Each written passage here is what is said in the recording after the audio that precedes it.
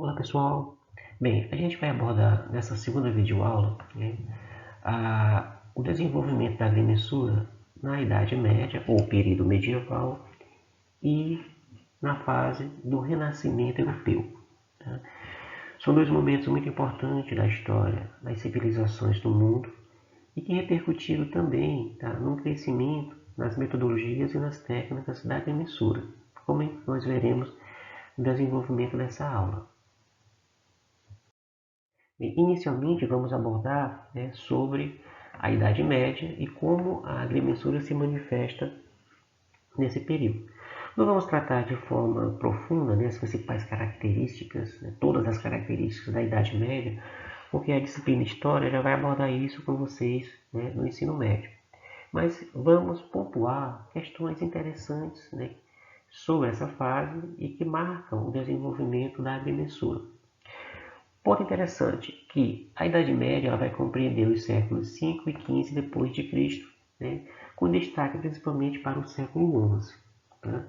Segundo os historiadores, a Idade Média ela vai ser um período de atraso da ciência, tá, em função do negativismo sobre as leis, as teorias e os conceitos, os paradigmas, tá, que eram desenvolvidos, reconhecidos e apresentados, tá, ao mundo, não só acadêmico, mas à sociedade, e que de certa forma isso impactava, tá, dos interesses da Igreja Católica. Então, os dogmas católicos, tá, eles combateram fortemente, tá, o avanço da ciência naquela época. A gente tem até uma representação aqui, ó, tive cuidado de mostrar essa representação dessa figura, tá, sobre as mortes, né, de pessoas que eram consideradas como bruxas naquele período, no período medieval, e eram condenadas à fogueira, chamada fogueira santa, né, ou enforcamento, ou vários tipos de ou tipologias, né, de crimes que eram reconhecidos por parte do Estado. Tá? Então, assim, e de frente os dogmas da Igreja, geralmente tinha como consequência a morte dos seus opositores. Então, foi um período considerado tenebroso, né, obscuro, em função, né, dessa forte presença da Igreja a partir dos seus princípios, né, preceitos também, combatendo o avanço da ciência. Tá? Então, esse período medieval, né, ele vai ficar muito característico no momento em que o declínio do Império Romano, que se avançou muito na ciência do Império Romano para aquela época, e a tomada de Constantinopla pelos turcos, isso por volta de 1453. Tá? Então é uma fase onde a organização da Terra se dá muito a partir de uma sociedade fortemente dividida em classes. Né? Então você tinha os senhores de terra, os senhores feudais, né? A monarquia com o rei, tá? Os eslavos, o clero e assim por diante. Então assim, era uma sociedade altamente organizada em divisões de classe, né? Onde o acúmulo da riqueza se dava a partir da posse, principalmente da terra. Tá? Mantém-se ainda, nesse período medieval, os conhecimentos adquiridos na fase antiga, ou seja, na Idade Antiga. Então, os estudos, né, de agrimensura, que tiveram a contribuição da geometria, da matemática, né, da astronomia, ainda mantém-se na fase medieval. Tá? Então, a ciência dos gregos, né, de vários campos, como filosofia, matemática, astronomia e física, tá, ainda impera, ainda se mantém no período medieval. Tá? Bem, essa fase da Idade Média, né, e aí a gente desconstrói muito essa ideia de que houve um atraso da ciência, porque foi uma fase em que surgem as primeiras universidades vinculadas, tá, ao debate e à produção do conhecimento científico. Tá? Então, as primeiras universidades surgem na Europa, né, no período medieval, isso por volta do século XII, tá? E vão se destacar, né, os estudos de medicina, de direito, de teologia, de filosofia, né, e algumas engenharias. Tá? Então, essas primeiras universidades, inclusive, são importantes para a difusão desse conhecimento, logicamente na área das engenharias, né, na forma de construir, ou seja, na forma de parcelar o terreno. Né?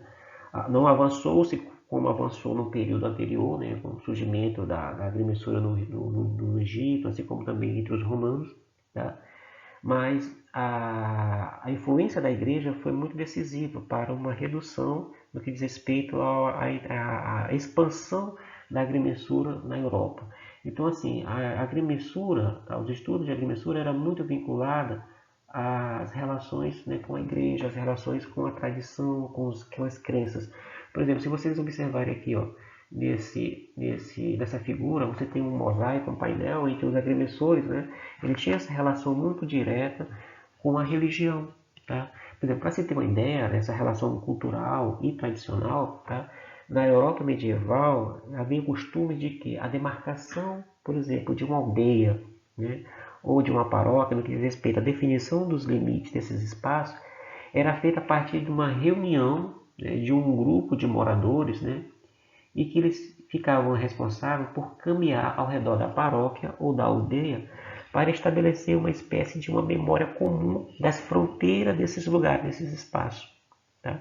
E isso era repassado de pai para filho, principalmente entre os homens. Tá? Então, a forma transgeracional se manifestava aí, tá? Nesses conhecimentos. Então, a agrimensura aí se manifestava de uma forma muito simbólica, tá? Entre os feudos, tá, da Europa medieval. Até porque a sociedade se organizava numa estrutura de classe onde o topo dessa estrutura, o topo da pirâmide, era comandado principalmente pelos senhores de terra, pela igreja e pela monarquia, e a base da pirâmide estava a população pobre, né? A população desacreditada, né? Como os eslavos, ou seja, como os escravos. Tá? Então foi um período de uma estrutura de classe muito desigual no que diz respeito à aquisição de terras, no que diz respeito ao desenvolvimento social, né, dessas civilizações.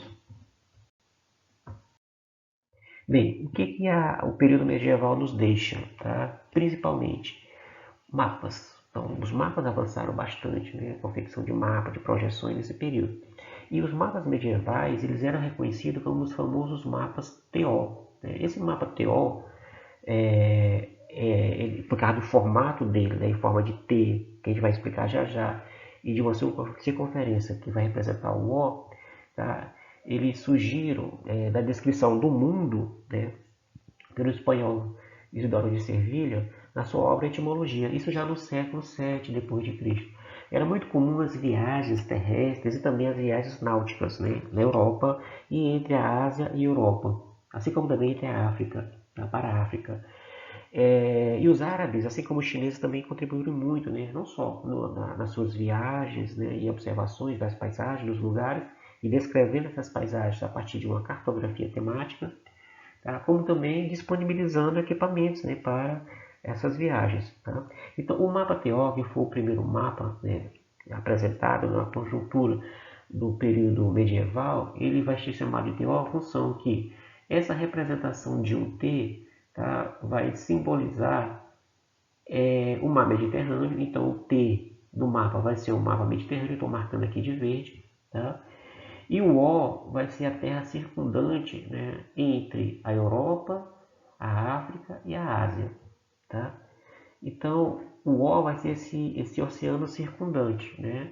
E o T, a distribuição entre Europa, Ásia e África. Lembrando que Jerusalém ficava no centro do mapa. Tá? Então, a Ásia vai surgir, né, como a soma da África e da Europa. Então, a Ásia vai ter uma espacialidade bem maior nesse mapa. Tá? E ela vai estar localizada na parte acima do mapa, ou seja, na parte norte do mapa. Essa parte norte, né, representando a Ásia, vai ser também muito simbólica a presença, por exemplo, do Jardim do Éden, ou seja, do paraíso. Então, sempre nos mapas medievais, o norte indicava, tá, o paraíso, ou seja, a ascensão, a aproximação com o divino. Tá? É tão tal que nas construções daquela época, os castelos, as casas dos nobres, né, principalmente, eram construídas nos espaços, nos morros, né, nos penhascos mais elevados, nos relevos mais elevados, para estar mais próximo do céu, mais próximo do paraíso, ou seja, inclusive mais ao norte. Tá? Então, tinha essas representações temáticas do mapa. Tá? O Sol geralmente era indicado do leste, o Sol nascia do leste, ou seja, na região africana, né, e o leste da Ásia, tá? E logicamente, como foi citado, o paraíso, tá, era representado pela Ásia, né, no norte do mapa. E a respeito das nossas conclusões, né, sobre o desenvolvimento da agrimensura no período medieval. Alguns pontos são interessantes. Primeiro, o período medieval ele marcou-se por uma forte presença eclesiástica nos mais distintos ramos ou atividades sociais. Né? Então, seja na vida civil, seja nas academias, né?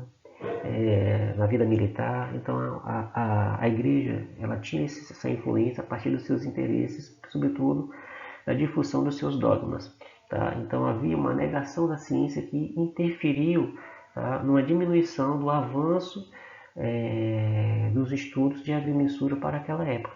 Então, isso é tão verdade, tá, que a agrimensura na Europa, na Idade Média, ela vai ter um embasamento em algumas porções daquele continente, uma forte presença simbólica nas atividades.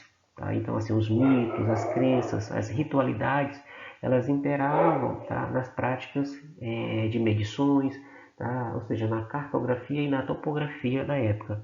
Isso ficou também bem revelado na produção dos mapas, como o mapa TIO.